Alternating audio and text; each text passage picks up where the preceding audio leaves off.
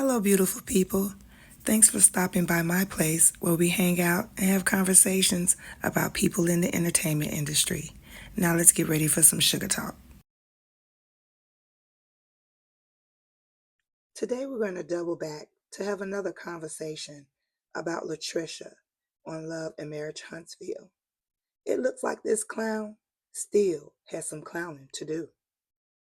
So batter up, bitch, 'cause today you became the main target. We left off with Tricia swimming around a circle of men within a sea of lies, wondering why no one believes her alibis, only for us to realize, girl, you are not the prize. Tricia, I know you like it nice and rough, and it's okay to have it nice and rough. But today, we're going to take it nice and easy. So listen to this story, y'all. Your husband left you alone down in Huntsville City while working for Ken every night and day. Can't get no sleep 'cause Martell is in your dreams, causing you to reminisce about the way things might have been. Your loose lips keep on turning. Prowling fingers keep on scrolling. And we're scrolling on social media. Yeah, we're scrolling on social media. And we're pointing to you. Tricia, let me start playing with you. You had the audacity to come for Melody Cherie when all you're doing is projecting your own goddamn insecurities. Bitch, you ain't nothing but a fan trying to convince your band he's a good man, better than your husband. Help me, 'cause I'm trying to understand how your secondhand embarrassment got to do with this woman. So I think you need to back the fuck up and keep those loose lips shut while we watch these clips of your ignorant ass trying to get nuck if you buck. You said you can't stay? We painting. We painting. Yeah, I'm not gonna be able to paint. White. She ain't gonna be able to. I'm not gonna, but no, I ain't gonna be able to paint.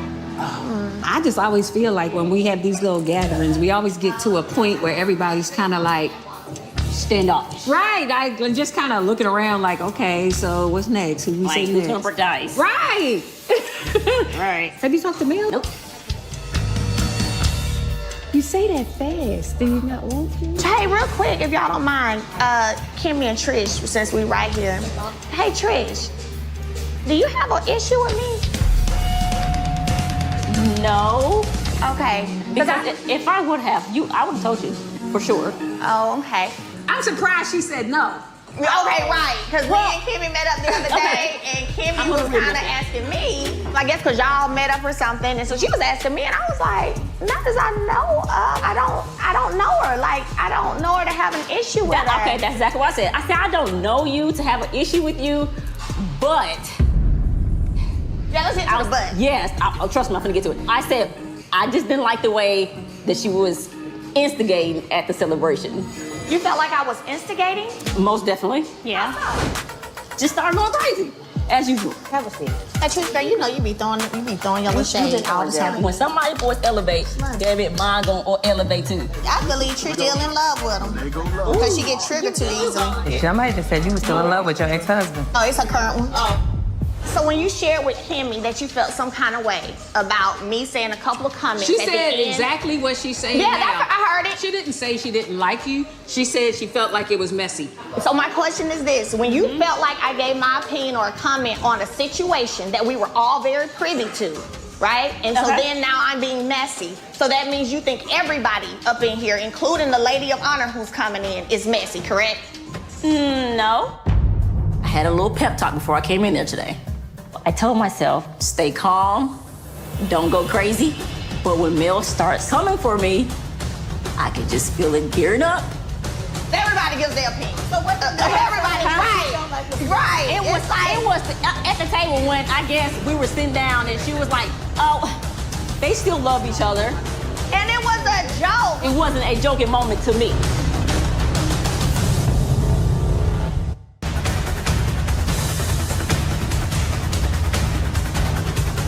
We were sitting down and she was like, oh, they still love each other. And it was a joke. It wasn't a joking moment to me. When I talked with you, I said to you, I felt like it didn't seem like it was big enough that it's something y'all couldn't talk through. And for you to say that it wasn't a joking moment, that's understandable. But she might not have felt that or known that in that moment. But we haven't had a talk. I hadn't had a chance to talk to her until now. So do y'all have an understanding now? There's nothing lingering on? It is what it is. You understand her now, Mel? No? And hey, that's her. It ain't got to do with me. Well, how y'all gonna move forward? I mean, that's why her name is Mel. My name is Tricia. It is what it is. I haven't said or asked any more than anybody else up in this group have said or asked concerning what's occurring around Trish. So if I'm messy and shady, then everybody up in here messy and that's shady. my opinion. And everybody you know what I'm saying? Because everybody has shady. Both of them need to be accountable for what they have said and done. Yeah, the conversation's going left, but they need to talk about it. I hope they can get it squashed out before Nell walks in. I don't want her to walk in on them kind of going back and forth at her day. But see all that energy right there, and that's why now it's this energy for me. In the mode, I don't give two about. I don't think anybody gives two about two. It don't matter. I think we've talked enough about this. I mean, we're just wasting energy and wasting breath. Precious breath that we can be speaking on. I'm not wasting. I'm a bitch. I'm a good one, though. I'm a good one. So it's two bitches arguing this. Not wasting breath. Not wasting breath.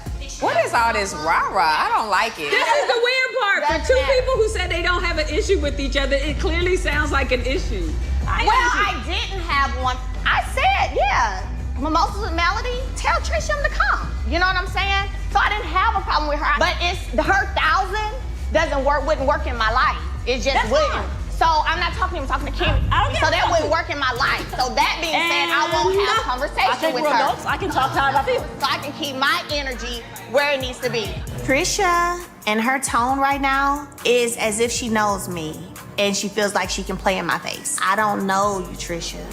So I'm gonna need you to get your tone together a little bit. And maybe she's used to talking to people in her life that way. Maybe she's used to running over men and being aggressive like that.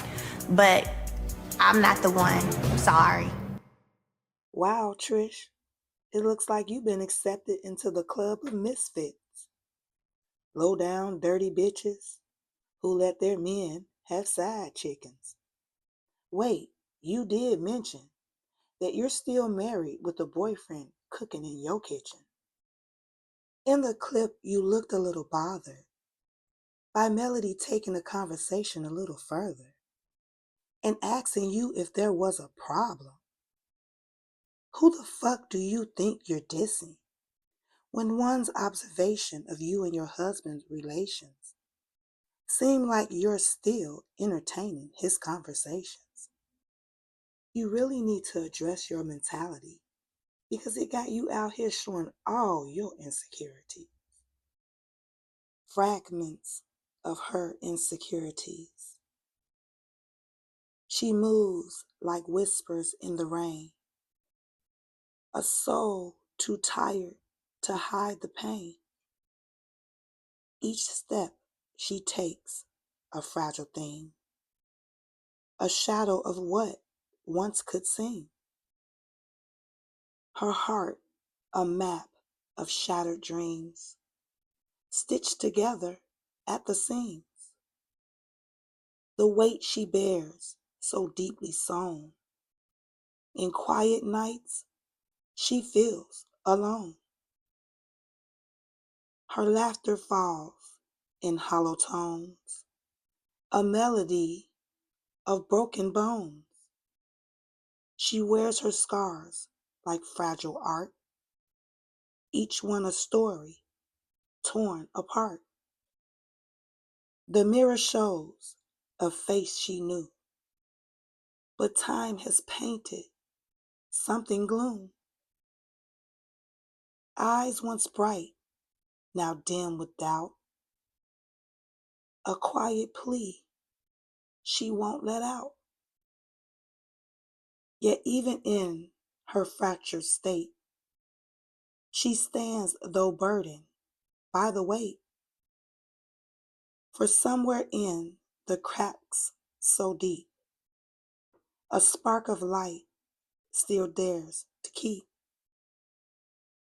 And though she feels too torn to mend, her story's not yet at its end.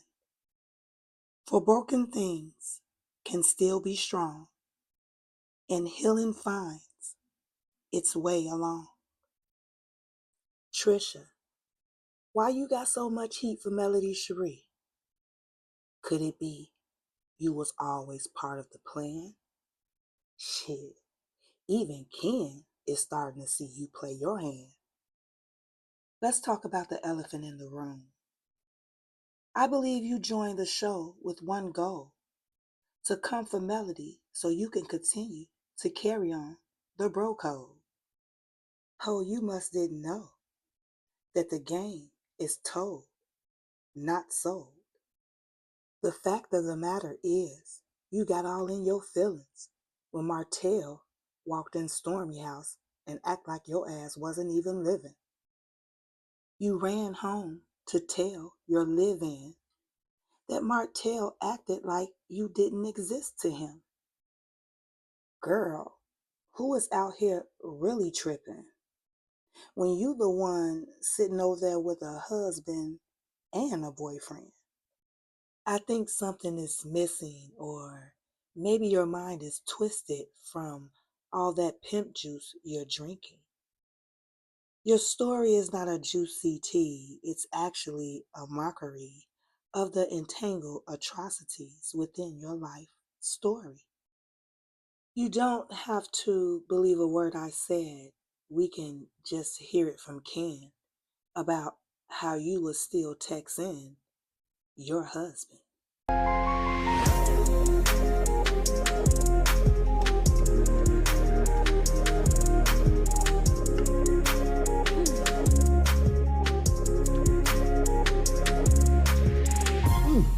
You all right?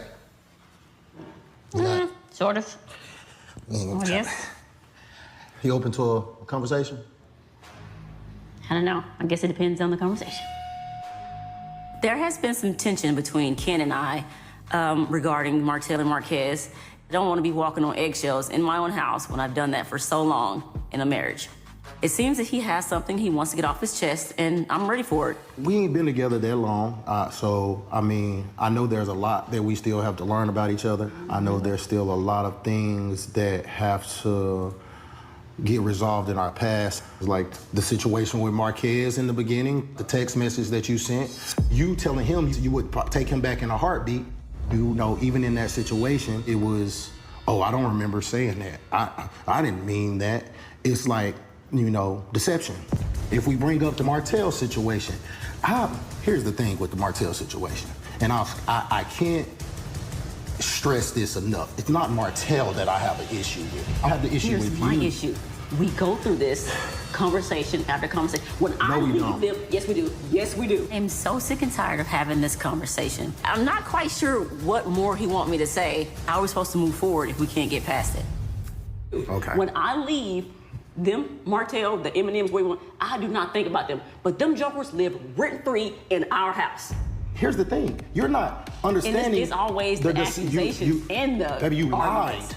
It's your deception. No, that makes me ask you these questions. No, it's the things that you do, the things that you say. The things that you think going on in your head. I didn't say, first of all, I didn't even say anything was going on. I asked you questions. Your problem is that you ask, you take questions and you make accusations. So even after we are where we are now, he still lives rent-free. It's not him, it's you. I don't think about that man. I'm thinking it's you. No, I don't think about him. It's you. Obviously you do. I mean, no, I don't. This is why we can't have this conversation. I'm literally telling you that it's not him. I'm telling you it's you. No, it's you.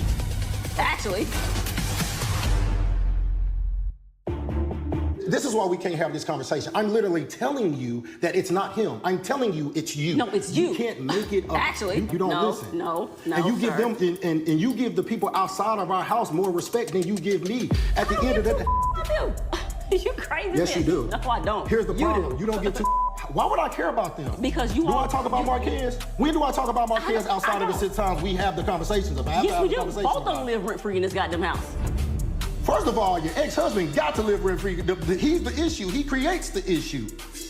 My problem is you're trying to sit up here and act like I just be talking about these guys like I'm so insecure or bothered. That's what you're saying. You said saying that they live rent free means that I talk about them regularly, and that's not true. None of their names come out of my mouth unless you bring it up. Exactly. I'm okay with that. What I'm not okay with is you trying to make it seem like I have issue with men that no, it's the issue is with you. How you talking to me? You didn't talk. You don't do that when you on. You don't do that when you're around nobody. You don't care about me either. Why would you do? Why would you go harder on somebody you care about than somebody you don't care about? That absolutely makes no sense. Because I don't have no. That makes no sense. You're supposed to be more subtle and more open to communication with me. It's frustrating me that you keep asking me. That's it's not keep asking. I only ask you when the situation and you lied about it. One thing I'm trying to get Tricia to understand is that whole privacy thing that she has going on doesn't work for our relationship anymore.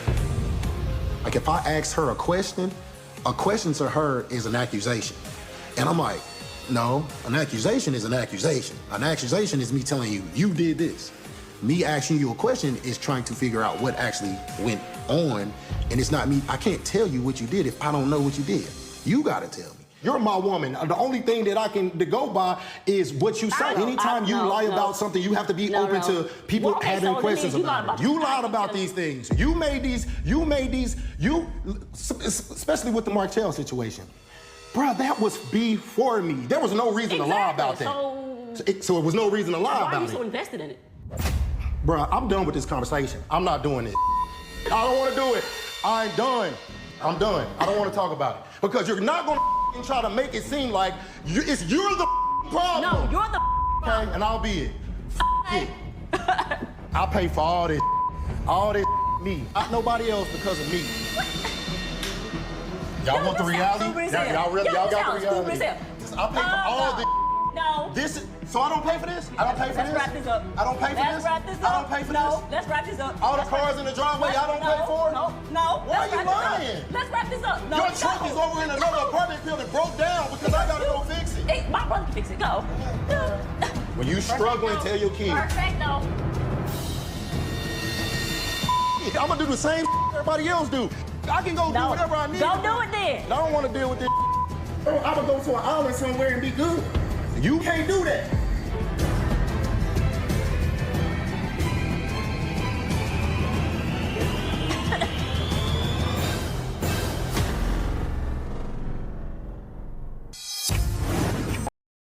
Tricia, it's time to unwind that toxic mind of anger and cruelty.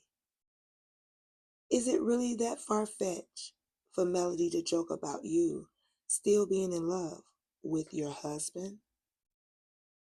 Let us not forget you went to visit and got into some shit with Melody's then husband. Is it all in vain, or is it a part of the game of adultery?